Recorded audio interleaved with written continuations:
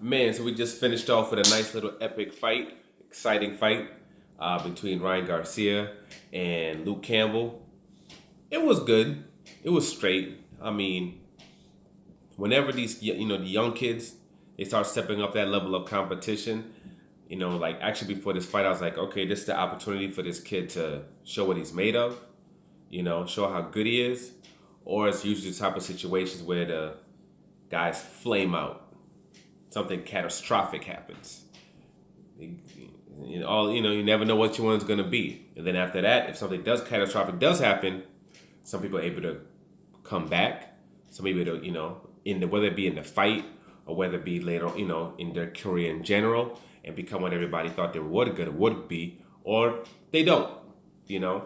And Ryan had to deal with some stuff today. He tried to push the issue, tried to pressure Luke. Wasn't really respecting his power or what Luke can do too much. Throwing a lot of shots. Pushing the pace, keeping himself wide open like he always does, and he ended up getting caught.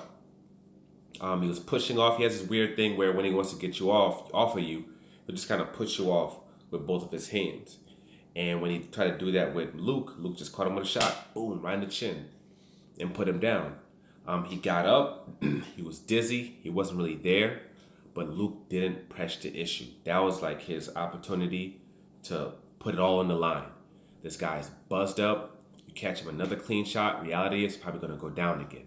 You can probably finish him, but he didn't do that. He didn't push the pressure. He didn't He didn't have that instinct to take this man out and to end the fight. And he ended up paying for it because Ryan got his head back. Ryan started being a little more responsible when it came to defense, and he stopped trying to rush things. Pretty much just going to the body a lot, coming up top every once in a while, going to the body a lot. Some shots landed, some missed, but it didn't matter. He just kept pushing that pressure, but in a more intelligent way. He got caught a couple of times after that, but it didn't really affect him the same way as that first time. He didn't really get buzzed or anything like that. It wasn't any kind of danger whatsoever. And then it ended up one of the rounds. I think it was round 6. He ended up catching Cambell. Man, he caught him with a shot to the temple, and the fight would have been over right there. Except the round had ended. Cambell actually had turned his full body completely around, but the bell basically already rang right then. So that was the end of that. The next round comes up. Ryan's still going to the body, still going up top. Caught him with a shot right on the side. As soon as it landed, before Luke even went down, I was like, this fight is over. And a few seconds later, he just hits the ground. And that was it. Ryan Garcia wins. I think it was a knockout in the 7th round. People might say, oh, he got knocked down in this fight. You getting knocked down doesn't really mean too much. It happens. Andre Ward got knocked down in one of his earlier fights. But he got up and he did what he needed to do to win. It does happen. But if BF gets knocked down, almost every goddamn fight that man's on the floor gets knocked down. But he comes out and he handles his business. He's a unified champion at 175 pounds and is considered the best at 175 pounds right now.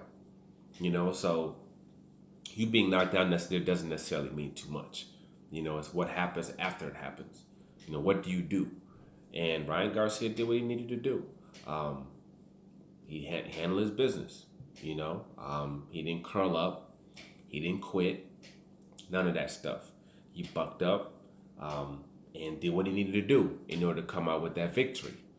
And he did. So I'd say spectacular performance from him. Gotta put your hat off to him, And I know now that fight's over, people are gonna be asking what's next for him. He has a lot of options. He could fight Teofimo next. If Top Rank will do that fight. Because like I said, Top Rank likes to keep things in-house. They might see that and believe that, okay, he can beat Teofimo can beat him, can knock him out. So maybe they would do a fight like that. Or maybe they might not. They may be like, nah, well, what if Teo gets hit with something? It might not necessarily be the best thing for us. So they might not do the fight. Devin Haney. Devin Haney ain't getting no fights. 2021, when it comes to top tier guys, I don't see him getting any fights whatsoever. Unless the zone really just pushes the issue and says F it and puts up some crazy money like Ryan, here's $6 million. Fight this man. If they do something like that, $6-7 million, then I think they'll do it. But are they going to be willing to invest, make that type of investment? So whoever wins, then it doesn't matter. Whoever wins becomes a star on their network. They invest all this money on Mikey Garcia going there for 7 M's, 5 M's for Ramirez coming there to fight Hooker. I mean, they be spending crazy money. Gennady Golovkin getting paid $7 million for fighting super trash ass fights, where they actually could spend that same amount of money, give it to Ryan, give Devin Haney his 1.5 as he always gets, and have him make that sacrifice, put like 8.5 into this pot, and do this big huge fight. They could do it, but are they gonna do it? I would say no. Gervonta Tank Davis. It's a big pay-per-view fight. These two fight, especially after that performance, this fight's doing 400, 500,000 pay-per-views or more. If they go to a place like Texas, they're selling out. I mean, we're talking sold out. We're talking one of the biggest events for for 2021. Hands down. Period. So because of that, maybe. I just don't, after him, due to the fact that he did get knocked down, due to the fact that he did show some flaws, I don't know if they're necessarily going to go that route. I'm not necessarily sure if they were serious about going that route. I don't know. I don't know if they were serious. They might be like, you know what? Let's slow things down. Let's kind of give him this type of level competition for 2-3 fights, maybe 3 fights in 2021. That's, like a Linares. Like, let's have him fight Linares next. And let's have him fight somebody else of that type of stature. And then after that, then let's go into a big fight in 2022. I could see them doing that too. Let's let him groom himself and get better. Kind of clean up some of the flaws that he has before going into one of those big fights. But it seems that Ryan Garcia really wants that Tank fight. Tank clearly also wants that fight. And we have to see if they're serious about it, just due to the fact that it's going to have to be on Showtime or CBS, whatever they, Gervonta decides. It's going to have to be location that he decides. Pretty much Ryan would just be showing up to fight. So are they going to be willing to do that? I don't know. I think it's all going to depend on if Oscar De La Hoya believes they can keep Ryan Garcia and keep him long term. If they believe they can keep him long term, then I believe they'll keep him away from all those guys. And then they'll try to do like 1-2 more fights, and then maybe after that go into a big fight. Maybe. But he's young. He's just turned 22. He's a young kid. So, 24 months. He's already made a lot of improvement in the last 24 months. So he gets another 24 months, he'll be even better. And just, do you want to throw him into the fire now, or do you want him to continue progressing as a fighter and get to the point where by the time he gets into that age, like 24, 25, he could be a monster by then. He could be in a monster where he definitely could contend with anybody at that time.